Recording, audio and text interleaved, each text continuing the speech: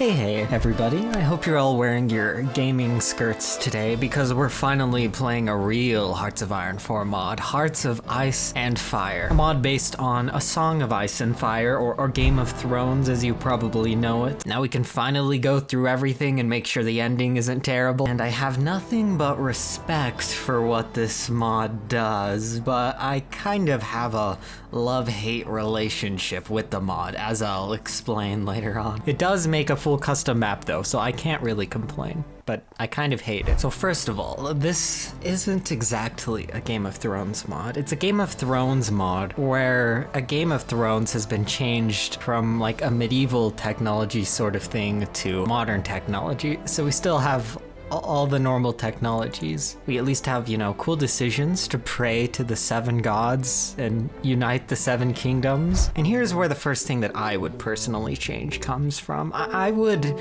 change it so that everybody is a puppet of the Crown Lands, you know. Of course that would make the mod more complicated, but I would do that because we're all just independent countries, which kind of works, but doesn't really make sense. Especially playing as Stannis, we control Dragonstone just independently of everybody else. Second weird thing is that they all just have portraits of their actors in casual clothes, or the characters photoshopped into casual clothes, which is kind of weird, but I guess they're really going hard for the modern technology thing, so oh well, I won't complain. This probably would have been a lot better if I played this mod like 4 years ago. Also, because things are kind of complicated in Game of Thrones and it doesn't really work well as a Hoi4 mod, House Targaryen is just its own house in the middle of Essos, this continent here. Because, you know, at the end of the day, I'm happy this mod exists. It's better that it does exist than it doesn't, and mods like this run really, really fast. Like, if your computer can't handle Kaiserreich or even normal Hoi4, play a mod like this. It'll run very, very fast because there's not much in the mod. Also, we have quite the booming industry on Dragonstone. Oh, it's a core state of House Targaryen.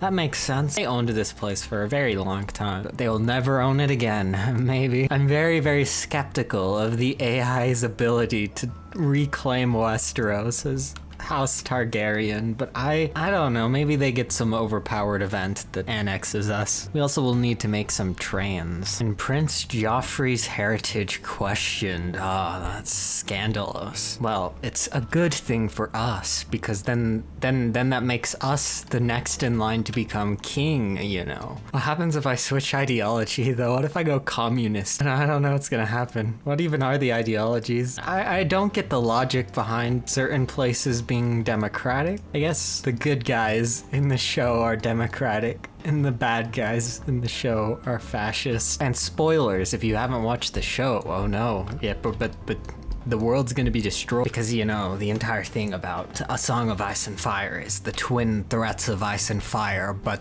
in this mod, they're probably relegated to AI dumb and AI dumber. I really, really want to see the AI do something really cool, though. I really want to see it. I guess another good question is if this is following book lore or TV show lore, but I don't think it matters, probably. Again, we're using modern equipment. I shouldn't concern myself with that. Also, wait, do we not?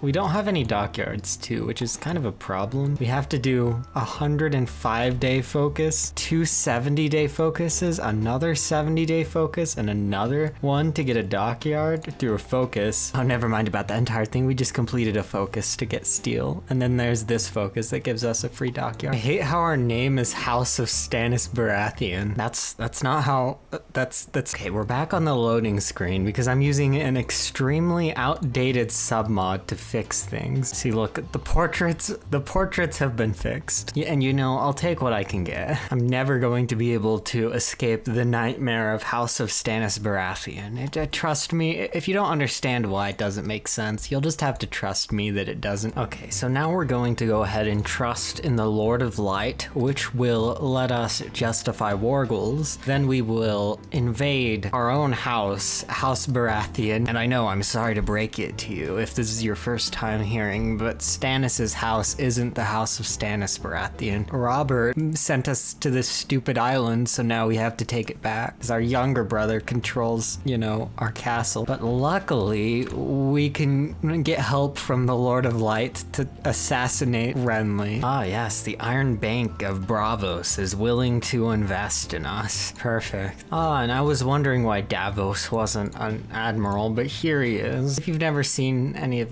the Game of Thrones stuff, it doesn't matter. But yeah, Robert is dead, and for some reason, Eddard Stark is in charge. I doubt that'll last for very much longer. Here we go. We can now claim the throne that's rightfully ours. Also, a quick explanation of what's going on is that the king, King Joffrey, isn't actually the son of our older brother who died, so now we're technically the true king. That's what's going on. And now we're gonna use magic to kill this guy. Now this is kind of cute though. We can write letters to everybody and get a ton of free war support. I don't know what the letters say or if the letters will do anything, but yeah, that's fun. Let's also burn the heretic idols. And now we finally get rid of those decisions. Okay, yep, the Stormlands are ours now. Now we just will invade House Tyrell. Yep, we just had to show them that we were the older brother, and everything's good now. It did give us cores too, which is very good. It doesn't look like there's really any supply hubs in this mod. Well, there are a few. Not really though. That's kind of a problem.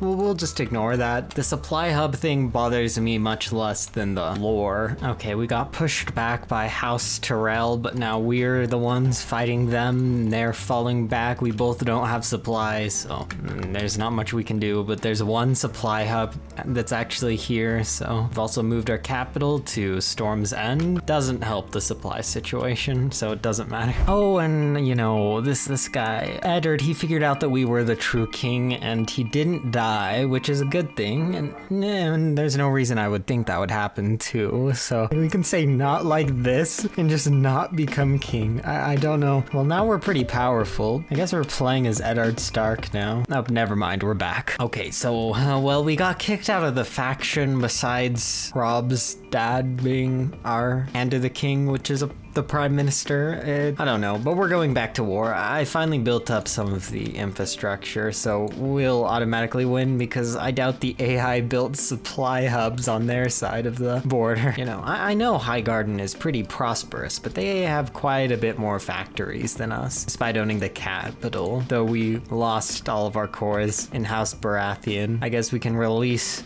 the House of Stannis Baratheon again. So the Night's Watch, which controls this cool wall, is at war with the communist free folk, but they took their capital, and the Lannisters have declared on us. The only issue is that there are no supply hubs, so it's gonna take like a year for us to build these up, and then we can go to war with them. So yeah, this is gonna be a while. I guess I can try to cross the border here where we magically have supply. I guess there's a supply hub kind of nearby with that port there. Meanwhile, I'll start doing intelligence shenanigans in House Tully. Anyways, we finally built all those supply hubs, so now we can move in with supply, which is very, very helpful. Soon we may be able to make some flame tanks and real divisions though, which will make things much better. Okay, so the situation has evolved a little bit now. House Stark declared war on Lannister, and Greyjoy joined in, but Greyjoy isn't a major, so now we're just going to get some free extra land when we capitulate Lannister. So this is a rather convenient situation, because now we don't even have to invade the islands over there, which makes our lives very easy unless they become a major. Well, we did have to naval invade Bear Isle,